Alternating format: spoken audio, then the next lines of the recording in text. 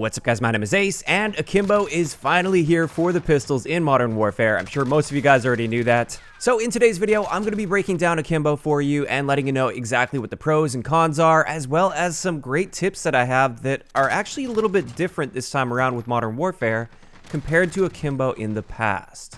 Now, I'm sure you probably already noticed, yes, the gameplay in the background is against bots. This is just because I don't have my pistols leveled up nearly high enough, and I wanted to show a decent variety of using these Akimbo attachments and what it can look like.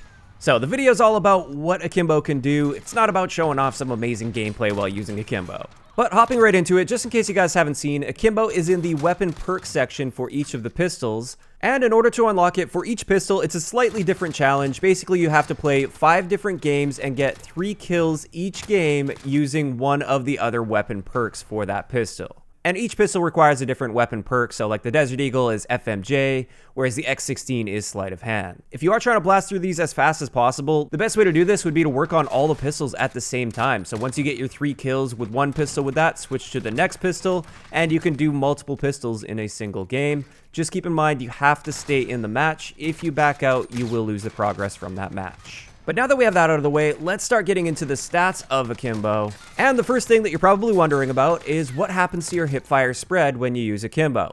Well, it turns out that your hipfire spread is just slightly increased in size. It's a very, very small increase. The total diameter of your hipfire spread is increased by 8%. So a very minimal change here. It's hardly even noticeable. The next thing I tested is damage and ranges, and it does appear that per shot, your damage is the same and your ranges also appear to be the same. So the little damage bar that increases when you hover over Akimbo, that I think is just referring to the fact that you can output more damage per second because you have 2 pistols rather than 1. Each bullet still deals the same damage. Now another thing I noticed when you look at Akimbo is it says it reduces your mobility. So I did do some testing on the base movement speeds, and it turns out Akimbo has no impact on your base movement speeds. You move just as fast with Akimbo as without. Next up, I did test rate of fire because in the past with some Call of Duty games, when you use the Akimbo attachment, it would just completely eliminate your fire rate cap, or it would just change things in general with your fire rate. But based on my testing here, your fire rate per gun at least is unchanged with Akimbo. So yeah, technically you can fire twice as fast, but that's just because you're shooting 2 guns, not just 1. Now, another thing I noticed very clearly that wasn't mentioned with the Akimbo perk is it does have a pretty significant impact on your reload time. Now, it does vary a little bit from pistol to pistol. It's not a flat percentage change to our reload time, but on average, we're seeing roughly a 60 to 90% increase to our reload time. So it is very significantly slower to reload your guns with Akimbo, and that is something you need to be aware of. So that's pretty much it for the characteristics of Akimbo. However, there's one big thing I want to cover, and a lot of people have already been asking me, when I'm using Akimbo, should I be alternating shots between each hand, or should I try and fire both guns at the same time? Now, in most previous Call of Duty games, it didn't really matter all that much. It was kind of just personal preference, whatever you felt comfortable with. But in Modern Warfare, we have different overall hipfire mechanics, and with the hipfire in this game, with each shot fired, your hipfire spread will increase very dramatically, and then it will start to decay quickly after it expands. Now, the reason this is important with Akimbo is if you are alternating your shots, your hipfire spread is going to spread out faster, and it's going to stay spread out. It's not going to have as much time to decay and come back to a smaller hipfire spread as if you were firing both guns at the same time. And you can clearly see the differences here. In almost every case, you are going to be more accurate over time if you try and fire both guns at the same time rather than trying to alternate them. This is especially true for the Desert Eagle as well as the 357. They get some pretty crazy recoil properties if you're alternating shots. So generally speaking, you do want to try and fire both guns at the same time while using Akimbo, but it is less important with the lower caliber, higher fire rate pistols like the X16 or M19, for instance.